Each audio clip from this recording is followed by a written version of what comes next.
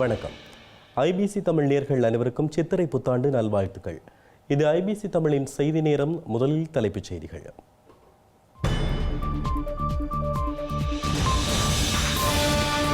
தொடரும் தமிழ் பொது வேட்பாளர் சர்ச்சை. தென்னிலங்கையில் இனவாதத்தை தூண்டும் என்கிறார் சுமந்திரன்.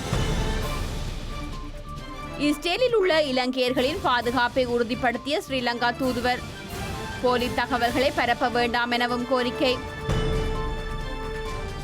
கச்சதீவை பயன்படுத்தும் பாஜகவின் சுயநலமான தேர்தல் பிரச்சாரம் இலங்கையில் இடமுறுகலை ஏற்படுத்தும் என காங்கிரஸ் எச்சரிக்கை. இந்தியாவில் வலுவான அரசாங்கம் அவசியம். உலகின் பதற்ற நிலைக்கு மத்தியில் மோடி கருத்து. இஸ்ரேலுக்கு ஆதரவு தெரிவித்த ஐரோப்பிய நாடுகள் இரட்டை நிலைப்பாட்டுடன் செயற்படுவதாக குற்றம் சாட்டும் ஈரான்.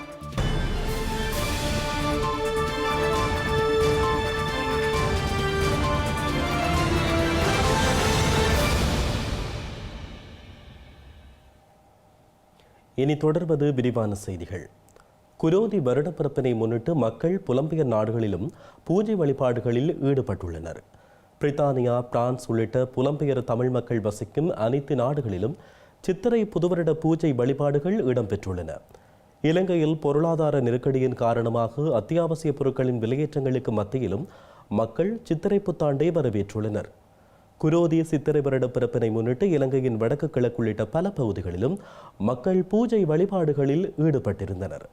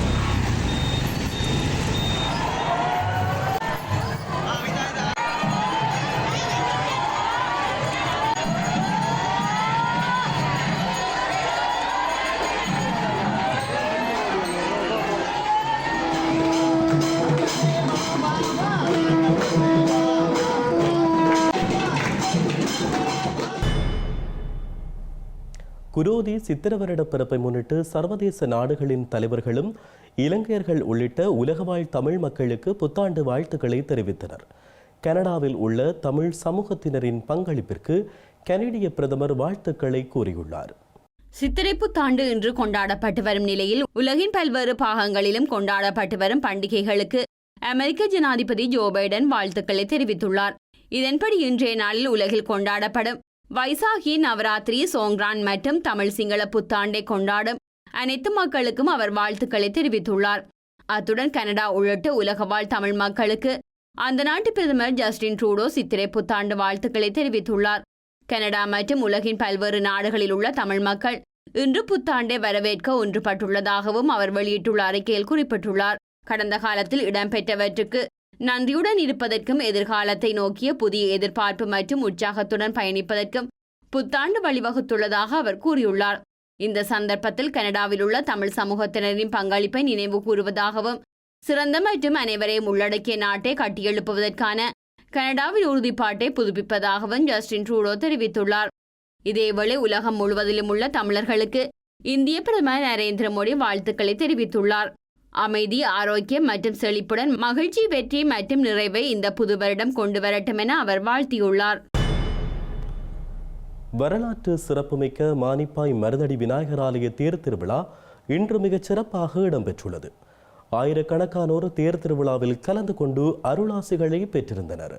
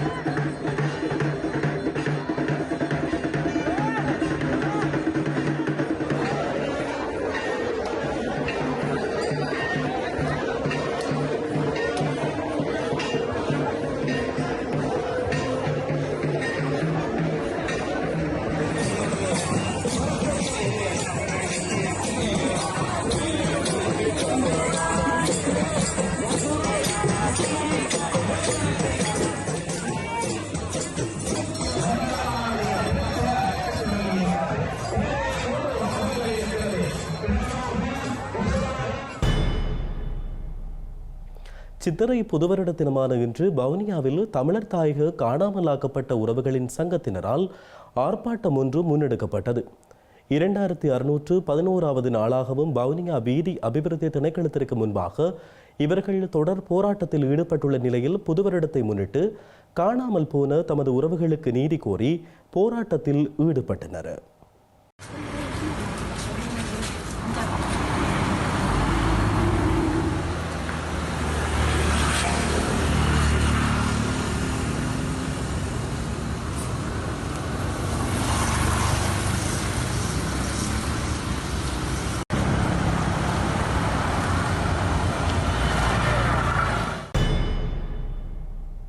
தமிழ் மக்களின் திடமான அரசியல் கொள்கைக்கு தமிழ் பொது வேட்பாளர் ஒருவர் அவசியம் என இலங்கை தமிழரசு கட்சியின் புதிய தலைவராக தெரிவு செய்யப்பட்ட நாடாளுமன்ற உறுப்பினர் சிவஞானம் ஸ்ரீதரன் தெரிவித்துள்ளார்.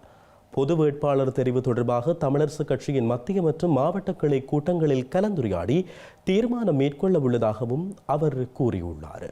நீண்ட நெடுங்காலமாக இந்த பொது வேட்பாளர் பற்றிய விடயங்கள் பல்வேறுபட்ட கட்டங்களில் பேசப்பட்டிருக்கிறது. குறிப்பாக ஒரு ஜனாதிபதி தேர்தல் வருகிற பொழுது இந்த பொது வேட்பாளர் தொடர்பான விடயங்கள் முன்வைக்கப்படுவதும் 1978ஆம் ஆண்டு நடைபெற்ற ஜனாதிபதி தேர்தலிலே குமார் பொன்னம்பலம் அவர்கள் ஜிஜி பொன்னம்பலம் அவருடைய மகன் ஒரு தமிழ் வேட்பாளராக களமிறங்கியிருந்தார். அப்பொழுது அவருக்கு இலங்கையில் இருந்த பல மாவட்டங்களில் இருந்தும் வாக்களித்திருந்தார்.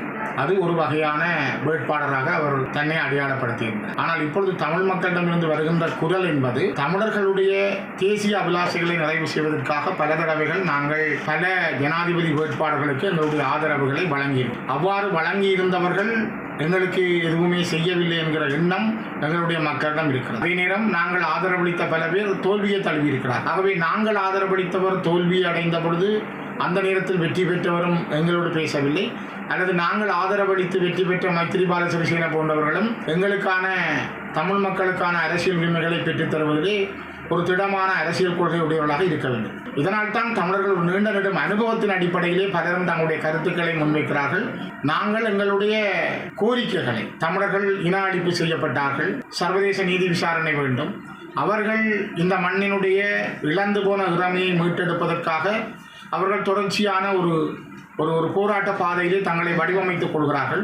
அந்த வடிவமைத்துக் கொள்ளுகிற தங்களுடைய போராட்ட பாதையிலே தங்களுக்கான அபிலாஷைகளை வென்றெடுப்பதற்கு ஒரு கருவியாக இந்த ஜனாதிபதி தேர்தலை அரசாங்க செலவிலேயே ஒரு பொது வேட்பாளரை நிறுத்தி அந்த பொது வேட்பாளருக்கூடாக எங்களுடைய செய்தியை சொல்லுவது என்ற எண்ணம் பலரிடம் இருக்கிறது. அந்த ஆரோக்கியமான கருத்துக்களை நாங்கள் எதிர்கருத்து இருந்தாலும் கூட ஆராய்ந்து பார்ப்பதும் ஆலோசித்து பார்ப்பதும் யதார்த்தமான அந்த வகையில் தான் அந்த பொது வேட்பாளர் பற்றிய விடயம் பல்வேறுபட்ட இடங்களிலே பேசப்படுகிறது. குறிப்பாக நாங்கள் சரி யாருக்கு வாக்களிப்பது, அப்படியான நாங்கள் ஒருவருக்கு வாக்களிக்குமாறு எங்களுடைய கட்சி சொன்னால் இன்றைய களச்சூழலில் பல்வேறுபட்ட கட்சிகளுக்கும் மக்கள் பிரிந்து வாக்களிக்கக்கூடிய தேசிய கட்சிகளுக்கான வாய்ப்புகள் உண்டு. இதுவே நாளை திரும்ப ஒரு பாராளுமன்ற தேர்தல் வருகிற பொழுதும் நாங்கள் சென்ற வருடம் பாராளுமன்ற தேர்தலின் பொழுது சந்தித்த அதே நிலவரங்கள் இந்த வாக்களித்த மக்களை இன்னொரு திசைக்கு கொண்டு போகிற வாய்ப்புகளும் உண்டு.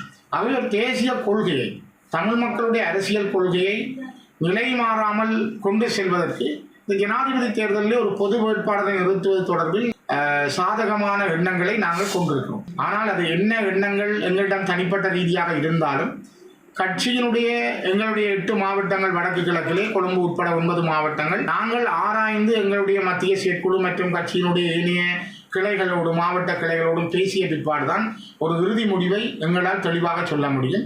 அந்த இறுதி முடிவுக்காக நாங்கள் இன்னும் வரும் சில நாட்களிலே எங்களுடைய மத்திய செயற்குழு மற்றும் மாவட்ட கிளைகளோடு சந்திப்புகள் எங்களுடைய கட்சி நடாத்த இருக்கின்றது. அதனைத் தொடர்ந்து ஒரு தெளிவான முடிவை நாங்கள் எங்களுடைய மக்களுக்கு சொல்லுவோம் என்று நான் நம்புகிறேன்.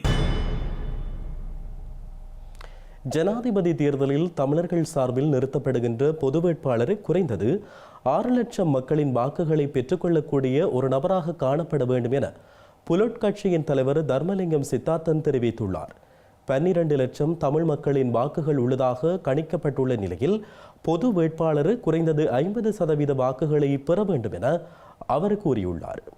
ஒரு பொது வேட்பாளரை போடுகின்ற போது அந்த வேட்பாளர் ஆகக்கூடிய 50%க்கும் அதிகமான தமிழ் மக்களுடைய வாக்குகளை பெற வேண்டும். அதாவது 12 லட்சம் வாக்குகள் இருப்பதாக ஒரு மதிப்பீடு இருக்கின்றது. ஆகவே ஆக குறைந்தது 6 லட்சத்துக்கு குறையாத வாக்கெடுக்கப்படக்கூடிய வகையிலே தான் அதை கேட்க வேண்டும், அல்லது அதை கேட்பதிலே அர்த்தமில்லாமல் போய்விடும் என்ற ஒரு அபிப்பிராயம் இதை பொது வேட்பாளர் பற்றி கதைக்கின்ற அநேகர் மத்தியிலே இருக்கின்றது. நிச்சயமாக எங்கள் மத்தியிலே இருக்கின்றது. ஆகவே தான் ஒரு சரியான வேட்பாளர் இருக்க வேண்டும். அதே நேரத்தில் அனைத்து கட்சிகளும் சேர்ந்து கேட்க வேண்டும் என்ற அபிப்பிராயம். அதற்கான முயற்சிகளை எடுத்துக்கொண்டிருக்கின்றோம். இப்போது அதற்கான பேச்சுவார்த்தைகள் நடக்கின்றது. தமிழரசு கட்சியுடன் இப்போது ஜனநாயக தமிழ் தேசிய கூட்டணி முடிவெடுத்து மற்ற கட்சிகளுடன் கதைக்க வேண்டும் என்று ஒவ்வொரு தரப்பாக விட்டிருக்கின்றோம். நாங்கள் அவர்களுடன் பேசி அவர்கள் அனைவரையும் சேர்த்து பேசுகின்ற முயற்சிகளை எடுக்கின்றோம். அது வெற்றியளிக்கின்ற போது நாங்கள் நிச்சயமாக ஒரு பொது வேட்பாளரை போடுவோம். இதுதான் இன்றைய இருக்கும் நிலைமை. இந்த நிலையில் இந்த ஆண்டு இலங்கையில் நடைபெறவுள்ள ஜனாதிபதி தேர்தலில் தமிழ் பொது வேட்பாளர் ஒருவர் களமிறங்குவது பொருத்தமானதாக இருக்கும் என இலங்கை தமிழரசு கட்சியின் கொழும்பு கிளை தலைவரும் ஜனாதிபதி சட்டத்தரணியுமான KV தவராசா தெரிவித்துள்ளார். இந்த நடவடிக்கையினை எதிர்க்கும் தரப்பினர் பேரினவாத ஆட்சியாளர்கள் வெல்வதற்கு துணை நிற்பதாகவும் அவர் வெளியிட்டுள்ள அறிக்கையில் குறிப்பிட்டுள்ளார். இலங்கையின் தற்போதைய அரசியல் பொருளாதார சூழலில் தமிழ் மக்கள் தமது இருப்பை நிலைநிறுத்தவும் உரிமை கோரிக்கையை பிரதிபலிக்கவும் ஜனாதிபதி தேர்தலில் தமிழர்கள் சார்பில் பொது வேட்பாளர் என்ற விடயத்தை முன்வைப்பது சிறந்தது என இலங்கை தமிழரசு கட்சியின் கொழும்பு கிளை தலைவரும் ஜனாதிபதி சட்டத்தரணியுமான KV தவராசா தெரிவித்துள்ளார். தமிழர்கள் சார்பில் பொது வேட்பாளர் ஒருவர் முன்னிறுத்தப்படுவதன் ஊடாக தமிழர்கள் சிங்கள ஆட்சியாளர்கள் மீது நம்பிக்கை இழந்து விட்டார்கள் என்பதை பிரதிபலிக்க முடியும் என அவர் கூறியுள்ளார். அத்துடன் தமிழ் மக்கள் உரிமைக்காக ஒன்றுபட்டமையை பொது வேட்பாளருக்கு திரளாக வாக்களிப்பதன் மூலம் உணர்த்த முடியும் எனவும் அவர் குறிப்பிட்டுள்ளார். இதேவேளை தமிழ் பொது வேட்பாளர் விவகாரத்தை குழப்ப பலர் சதித்திட்டங்களை தீட்டி வருவதாக வடக்கு மாகாண சபையின் முன்னாள் உறுப்பினர் சபா குகதாஸ் குற்றம் சாட்டியுள்ளார்.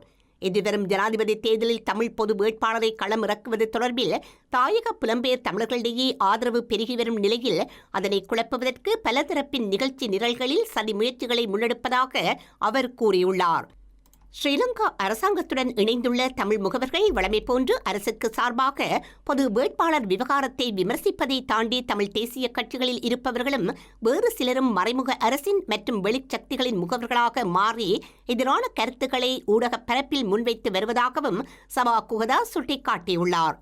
தமிழர் தரப்பு எவ்வகையான தீர்மானங்களை எடுத்தாலும் அதனை தென்னிலங்கையில் உள்ள சிங்கள பேரினவாதிகள் இனவாதமாக மற்றும் பிரிவினைவாதமாக பார்க்கும் என அவர் குறிப்பிட்டுள்ளார். இவ்வாறான பின்னணியில் விமர்சனங்கள் மற்றும் சதிகளை கடந்து அனைவரும் ஒன்றிணைய வேண்டியது காலத்தின் கட்டாயம் என சபா குகதாஸ் மேலும் தெரிவித்துள்ளார்.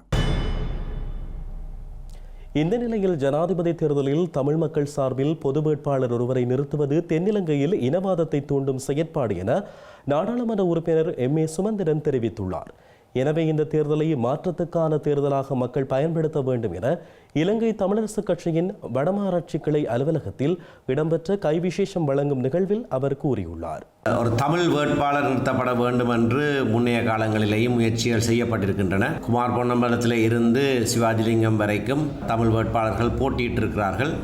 அதற்கு தமிழ் மக்கள் கொடுத்த பிரதி உத்தரம் எப்படியானதாக இருந்தது என்பது எங்கள் எல்லாருக்கும் தெரிந்த விடயம். ஆகையினாலே இது சம்பந்தமாக தீர்மானத்தை எடுக்கிற போது இந்த சரித்திர பின்னணியையும் அத்தோடு தென்னிலங்கையிலே இருக்கிற இனவாத சக்திகள் எப்படியாக ஒரு தமிழ் வேட்பாளர் முன்வந்து விட்டார் என்பதை சொல்லி சிங்கள இனவாதத்தை திரும்பவும் கிளப்புவதற்கு முயற்சி செய்கிறார்கள் என்பதையும் அறிந்து நாங்கள் சரியான ஒரு தீர்மானத்தை எடுப்போம். ஆகையினாலே வரப்போகிற தேர்தலிலே எந்த வேட்பாளருக்கு ஆதரவு என்கின்ற தீர்மானம் நாங்கள் இப்போது எடுக்க வேண்டியதில்லை. இப்பொழுது 3 பிரதான வேட்பாளர்கள் இருக்கிறார்கள் என்று சொல்லப்படுகிறது. அவர்களோடு எங்களுடைய கட்சி பேச்சுவார்த்தையில் ஈடுபடும். 3வரையும் சமதூரத்திலே வைத்து நாங்கள் இந்த பேச்சுவார்த்தைகளில் ஈடுபடுவோம். இறுதியிலே சரியான தீர்மானத்தை எங்களுடைய மக்களுக்கு நாங்கள் ஆலோசனையாக வழங்குவோம். எனினும் இலங்கையில் நடைபெறவுள்ள ஜனாதிபதி தேர்தலை தமிழ் மக்கள் புறக்கணிக்க வேண்டும் என தமிழ் தேசிய மக்கள் முன்னணியின் நாடாளுமன்ற உறுப்பினர் செல்வராசா கஜேந்திரன் கோரிக்கை விடுத்துள்ளார். அதே நேரம் தமிழர் தரப்பு சார்பில் பொது வேட்பாளர்கள் தொடர்பில் கருத்துக்களை வெளியிடும் தரப்பினர் இந்திய மற்றும் ஸ்ரீலங்கா அரசோடு சேர்ந்து செயற்பட தரப்பினர் என்றும் அவர் கூறியுள்ளார்.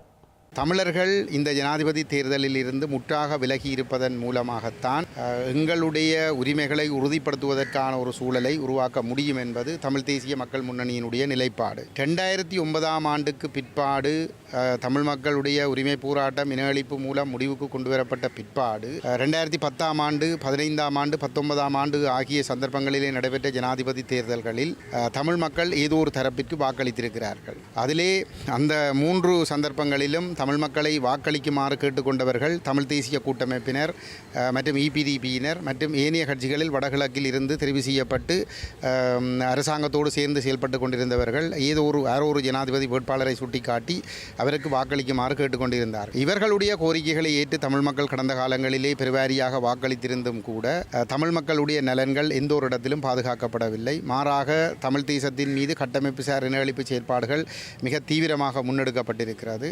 தமிழ் மக்களுடைய ஆதரவோடு வெற்றி பெற்ற ஜனாதிபதி சரி அல்லது தமிழ் பாராளுமன்ற உறுப்பினர்களுடைய ஆதரவோடு நாடாளுமன்றத்திலே செயல்பட்ட ஆட்சியாளர்களும் சரி தமிழ் மக்கள் மீது புரியப்பட்ட இனப்படுகொலையை மூடி மறைத்து இனப்படுகொலை செய்த இராணுவத்தினரை பாதுகாத்து சர்வதேச குற்றவியல் விசாரணைக்கு செல்லாமல் உள்ளக விசாரணை என்ற ஒரு விடயத்திற்குள் முடக்கி தமிழர்களுக்கு ஏமாற்றம் அளிக்கின்ற செயல்பாடுகளை முன்னெடுத்து வந்திருக்கிறார்கள். வலிந்து காணாமலாக்கப்பட்டவர்கள் விவகாரத்தை முற்றாக மூடி மறைத்து அவர்களுக்கு எந்தவித நீதியும் இல்லாமல் செய்திருக்கிறார்கள். தமிழ் தேசத்திலே திட்டமிட்ட சிங்கள குடியேற்றங்களையும் பௌத்தமயமாக்கல்களையும் முன்னெடுத்து வந்திருக்கிறார்கள். இந்த வரலாற்று தவறை திருத்திக் கொள்ள வேண்டும்.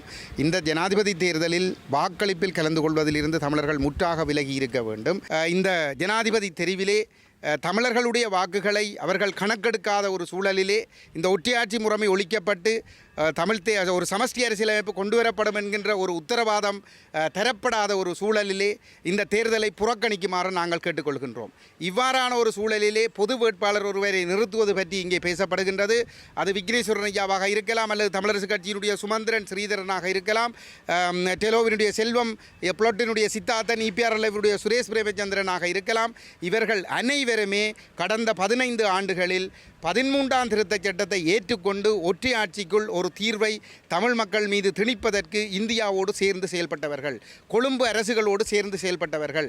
ஆகவே இவர்களுடைய கதைகளை நம்பி மீண்டும் இந்த ஏமாற்று சதிக்குள் சிக்கப்பட்டு விட வேண்டாம் என்பது எங்களுடைய வேண்டுகோள். கல்முனை வடக்கு பிரதேச செயலகத்தின் மீதான தொடர்ச்சியான நிர்வாக அடக்குமுறைகளுக்கு எதிராக 21வது நாளாக தொடரும் போராட்டமானது கருப்பு சித்திரை என்ற பெயருடன் இன்று முன்னெடுக்கப்பட்டது. இதன்போது இளைஞர்களால் உந்துருளி பேரணி ஒன்றும் முன்னெடுக்கப்பட்டது. கல்முனை வடக்கு பிரதேச செயலகத்தின் மீதான தொடர்ச்சியான நிர்வாக அடக்குமுறைக்கு எதிராக 21வது நாளாகவும் தொடர் போராட்டம் முன்னெடுக்கப்பட்டு வருகின்றது. சித்திரை புதுவருட தினமான இன்றைய தினம் உந்துருளி பவனி ஒன்றும் இளைஞர் கழகங்கள், விளையாட்டுக் கழகங்கள் மற்றும் பொதுமக்களின் பங்களிப்புடன் இடம்பெற்றது.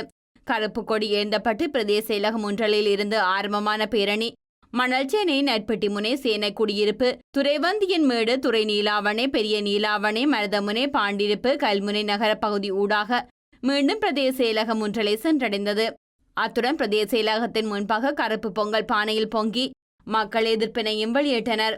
எமது இந்துக்களுடைய பாரம்பரிய நிகழ்வானது சிங்கள தமிழ் புத்தாண்டு விழா வீதியிலே கொண்டாடக்கூடிய நிகழ்வாக மாறியிருக்கின்றது. எமது தமிழ் மக்கள் நீண்ட காலமாக ஒவ்வொரு நிகழ்விலையும் பாதிக்கப்பட்டு வருகிறார்கள். அதனுடைய கல்முனை வடக்கு பிரதேச செயலமானது எங்களுக்கு வலுவற்ற நிலைமையிலே காணப்படுகின்றது. எனவே இதனை நிமிர்த்தி செய்து தர வேண்டும் என்று எல்லோருடையும் அன்பாக கேட்டுக்கொள்கின்றோம்.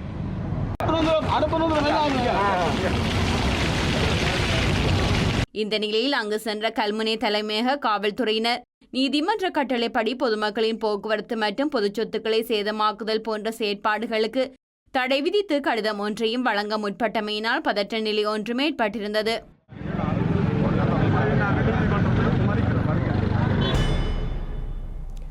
இஸ்ரேல் மீது ஈரான் தாக்குதல்களை மேற்கொண்டுள்ள நிலையில் அங்குள்ள இலங்கையர்கள் அனைவரும் பாதுகாப்பாக உள்ளதாக இஸ்ரேலுக்கான ஸ்ரீலங்கா தூதுவர் நிமல் பண்டார தெரிவித்துள்ளார். இஸ்ரேல் மீது ஈரான் மேற்கொண்ட தாக்குதல் எந்தவொரு இலங்கையரும் பாதிக்கப்படவில்லை என்றும் அவர் குறிப்பிட்டுள்ளார். இஸ்ரேல் மீது ஈரான் இன்று மேற்கொண்ட தாக்குதலில் இஸ்ரேலில் உள்ள எவரும் உயிரிழக்கவில்லை எனவும் ஒரு சிறுமி மாத்திரம் காயமடைந்திருப்பதாகவும் அந்நாட்டு ராணுவம் அறிவித்துள்ளது. குறித்த தாக்குதலில் எந்தவொரு இலங்கையரும் பாதிக்கப்படவில்லை என இஸ்ரேலுக்கான ஸ்ரீலங்கா தூதுவர் நிமல் பண்டார தெரிவித்துள்ளார். அத்துடன் துபாயிலிருந்து இஸ்ரேலின் டெல்லாவிவ் நகரை நோக்கி நேற்றிரவு பயணித்த விமானத்தில் இலங்கையர்கள் இருந்ததாகவும் ஈரானின் தாக்குதல் தொடர்பான முன்னெச்சரிக்கை கிடைக்கப்பெற்றதைத் தொடர்ந்து குறித்த விமானம் மீண்டும் துபாயில் தரையிறக்கப்பட்டதாகவும் அவர் குறிப்பிட்டுள்ளார். இந்த நிலையில் ஜோர்தான், லெபனான், ஈராக் மற்றும் இஸ்ரேல் ஊடாக மத்திய கிழக்கு நாடுகளுக்கு பயணங்களை மேற்கொள்வதற்காக முன்பதிவு செய்தவர்கள் முடியுமானால் பயண திகதிகளை மாற்றிக்கொள்ளுமாறும் அவர் அறிவுறுத்தியுள்ளார். மேலும் ஜெருசலேமில் உள்ள மைதானம் ஒன்றில் நடைபெற்ற நிகழ்வில் சுமார் 2000 இலங்கையர்கள் பங்கேற்றிருந்ததாகவும் அவர்கள் அனைவரும் பாதுகாப்பாக தங்கள் இல்லங்களுக்கு சென்றுள்ளதாகவும் நிமல் பண்டார தெரிவித்துள்ளார். மேலும் இஸ்ரேலில் உள்ள ஸ்ரீலங்கா தூதரகம் இலங்கையர்களின் பாதுகாப்பு தொடர்பில் அதிக கரிசனை கொண்டுள்ளதாகவும் போலி தகவல்களை பரப்பி தேவையற்ற அச்சத்தை மக்கள் மத்தியில் ஏற்படுத்த வேண்டாம் எனவும் அவர் கோரியுள்ளார். மத்திய கிழக்கு நாடுகளில் ஏற்பட்டுள்ள பதற்ற நிலையின் காரணமாக இலங்கையில் எரிபொருள் மற்றும் எரிவாயுவின் விலை அதிகரிக்கப்படலாம் என்று தெரிவிக்கப்பட்டுள்ளது. இஸ்ரேல் மீது ஈரான் தாக்குதல்களை மேற்கொண்டுள்ள நிலையில் இந்த தகவல் வெளியாகியுள்ளது.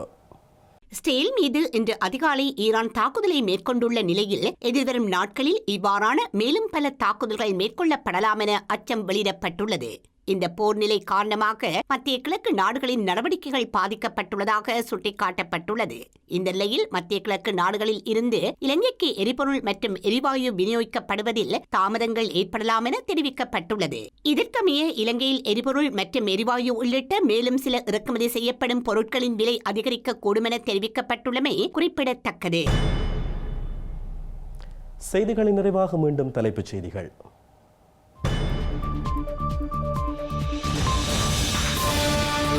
தொடரும் தமிழ் பொது வேட்பாளர் சர்ச்சை. தென்னிலங்கையில் இனவாதத்தை தூண்டும் என்கிறார் சுமந்திரன். இஸ்ரேலில் உள்ள இலங்கையர்களின் பாதுகாப்பை உறுதிப்படுத்திய ஸ்ரீலங்கா தூதுவர். போலி தகவல்களை பரப்ப வேண்டாம் எனவும் கோரிக்கை. கச்சதீவை பயன்படுத்தும் பாஜகவின் சுயநலமான தேர்தல் பிரச்சாரம் இலங்கையில் இடமுறுகலை ஏற்படுத்தும் என காங்கிரஸ் எச்சரிக்கை. இந்தியாவில் வலுவான அரசாங்கம் அவசியம். உலகின் பதற்ற நிலைக்கு மத்தியில் மோடி கருத்து. இஸ்ரேலுக்கு ஆதரவு தெரிவித்த ஐரோப்பிய நாடுகள் இரட்டை நிலைப்பாட்டுடன் செயற்படுவதாக குற்றம் சாட்டும் ஈரான்.